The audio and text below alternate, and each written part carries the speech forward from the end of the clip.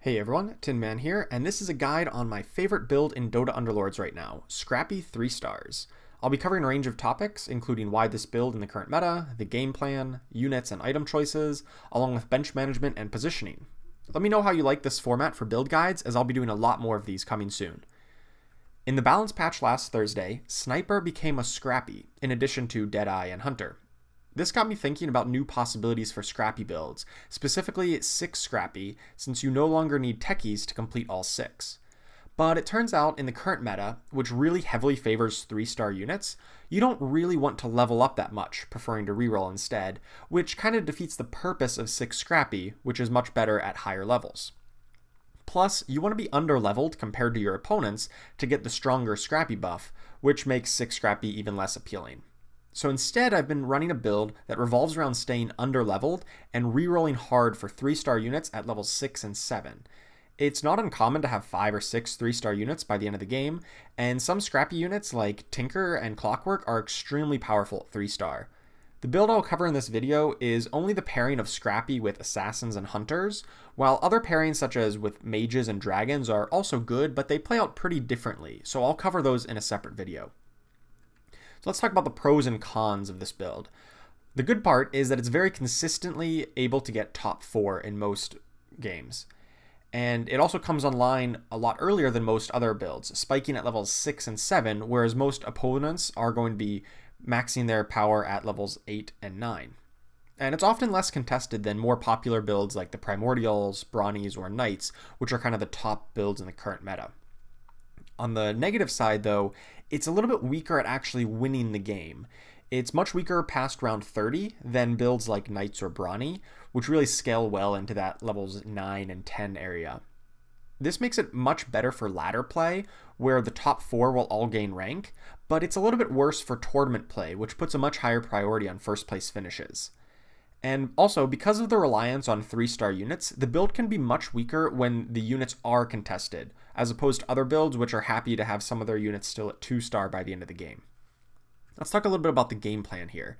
A typical build will involve 4 Scrappy units, and then either 3 Hunters or 3 Assassins at level 6. Here's an example of one such composition. Then, after level 6, you start aggressively rerolling to try to get as many of them up to 3-star as possible, preferably all of them. At levels 7 and 8, there are a lot of options for additional units, but generally there'll be 4-cost units who complete key alliances. To take full advantage of the Scrappy alliance, this build really wants to stay one level under most opponents, so that we are initially outnumbered and start the fight with the increased armor and HP regeneration bonus. While most players will tend to level up to level 7 on round 17, and then to level 8 on round 21, this Scrappy build wants to stay at level 6 on round 17, and then level 7 on round 21. This frees up more gold for re-rolling in the mid-game, between rounds 15 and 20, since most players will be spending 15 to 20 gold on leveling up, which we can spend on re-rolls to ensure that we have a strong composition. Between rounds 21 and 29, we should ideally find many of our 3-star units, before leveling up to 8 on round 29, or even waiting later till round 31, depending on how many 3-stars you found. The late game, past round 31, this build can start to fall off compared to other builds, who can continue to add high-impact pieces and alliances even at levels 9 and 10. The Scrappy build really caps out around level 7 or maybe 8, and with so many rerolls, will often be too low on gold to really compete with these other late game builds. This means that it's actually kind of hard to win the game, as stated before, but it's very consistent at getting those top 4 finishes, since we have most of our power in that round 21 to 29 phase, where most other players will start taking a lot of damage or maybe even being eliminated. The core units for this build are, of course, the Scrappy units, and the ones that you really always want to play are Clockwork and Tinker. They have the highest potential at 3-star, which is what the build is all about.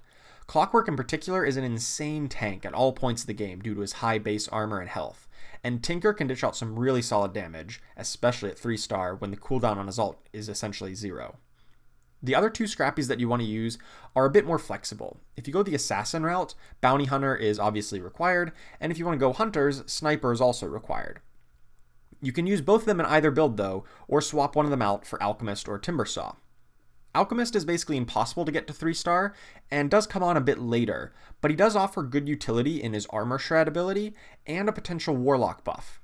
Timbersaw is really good in the early game, but also falls off in the later game, even if he is at 3-star.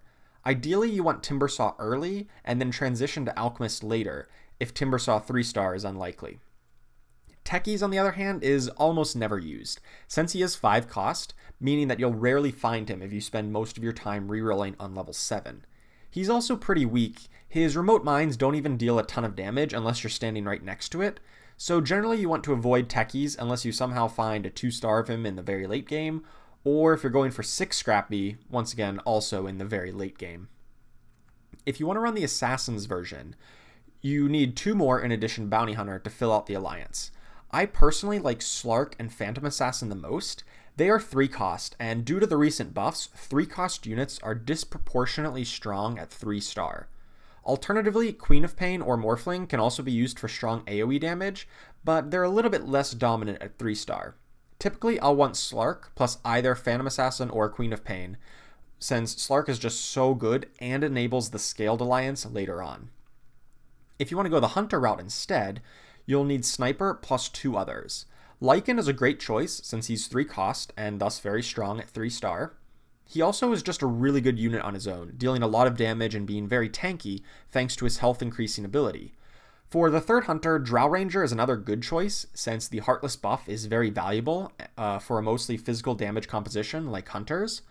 Alternatively, Beastmaster and Wind Ranger can also deal some strong AoE damage, but their alliances are much less desirable, so it's somewhat close between these, and all 3 of them are strong at 3-star. For additional units, you'll typically want to include 4 Scrappy plus 3 Hunters or 3 Assassins at level 6, but once you get up to level 7, you have a lot more options for an additional unit.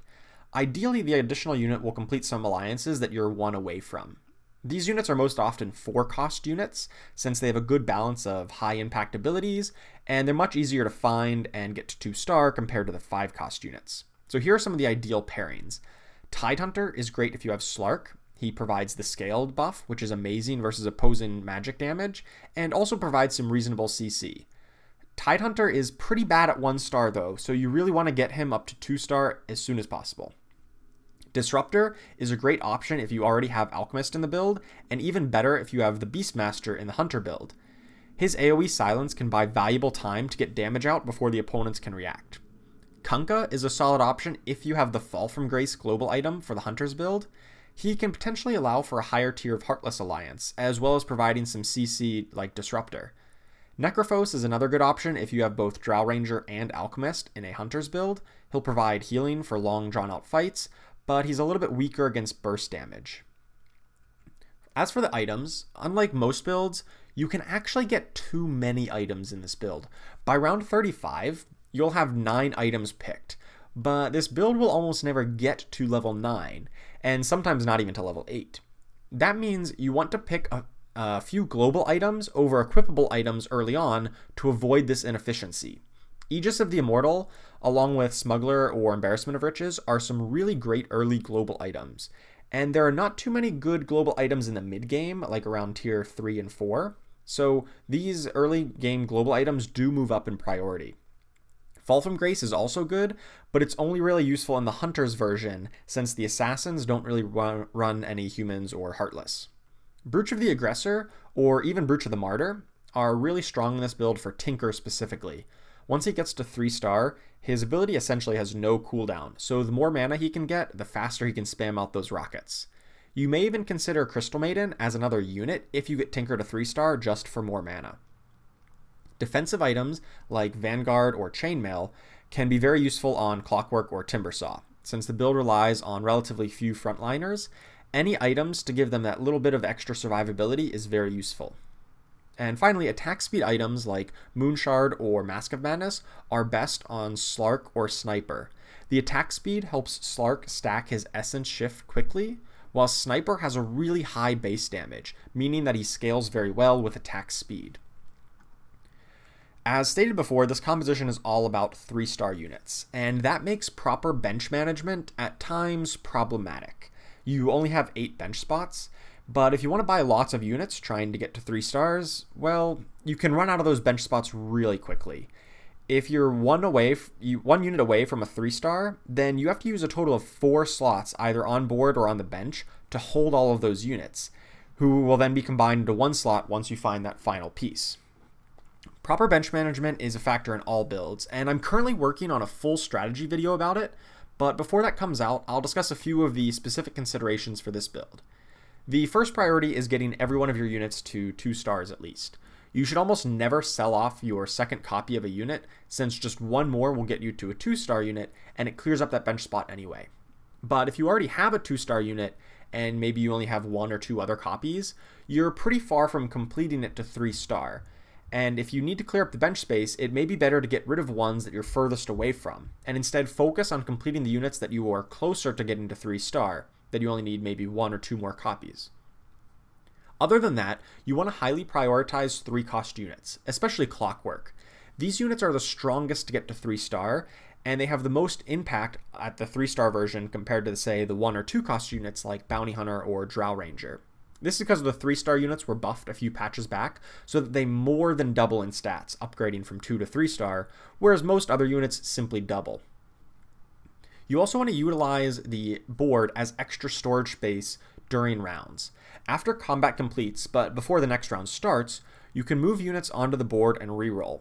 Then, during the next preparation phase, you can continue to reroll and moving units onto the board, hoping to find an upgrade so that you can combine them and leave you with enough bench spots. This can be tricky though, and requires a lot of focus and some quick actions and decision making, so try not to go too overboard with it unless you're really comfortable with it. If you do mess up, you have too many units when combat starts, the game will automatically sell off some of your units, which could be disastrous for you. The last topic to discuss is positioning. And this build, positioning is pretty straightforward. You want to have Clockwork, Timbersaw, Alchemist up front, and Tinker just behind because he's not quite as tanky. And then Assassins and Hunters behind that. There are not too many tricky things to do, but here's a couple tips that might help you out. In this example, Slark will disarm his target when he lands, but only if that target is still adjacent to him. If the target is moving forward, he'll overshoot and not get that initial disarm. By placing Timbersaw and Clockwork on the front lines and kind of spread out to both sides here, that we hopefully ensure that the opponents won't move too much and allow Slark to get right on his target and get that first jump and disarm off on them. This next example, we have much less of a front line, and we need to protect our Sniper and Tinker with just a single Clockwork. By placing all of our units near the back, we allow time for these assassins to jump and then force the opponent to move forward. This will create a little bit more of a chaotic fight where the opponents can't just focus fire down your one frontline unit, because if Clockwork was taking all of the opponent's attacks only on his own, he would probably get taken out really quickly, and then they can move on to the rest of our units. But by creating this chaotic fight, we allow a little bit better results. And here's a typical late game formation for the Hunters version, with Fall from Grace to utilize the 4 Heartless Alliance. Our ranged units here are stacked up around the Drow Ranger in the bottom left to maximize her aura, while Kunkka is split off to the side. Kunkka's main goal here is to draw initial aggro to be able to cast his ability quickly. Clockwork is placed on the corner of the formation to draw most of the opposing fire from the middle or the right, although be careful with this type of stacked formation since it's very vulnerable to AoE effects like Disruptor. So to wrap it all up, both of these Scrappy variants are pretty good in the current meta. They really abuse the strength of the 3-star units and can push the tempo of the game by rerolling aggressively at levels 6 and 7. Once again, I want to stress that this build is really good at getting consistent top 3 or top 4 placements, but it is pretty hard to actually get first place since it does fall off compared to other builds at levels 9 and 10.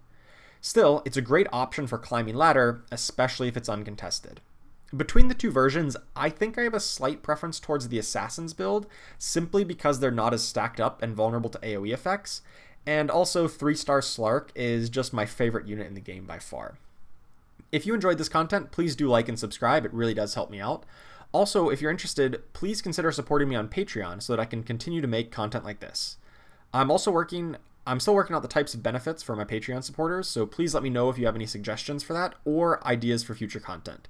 Thank you so much for watching.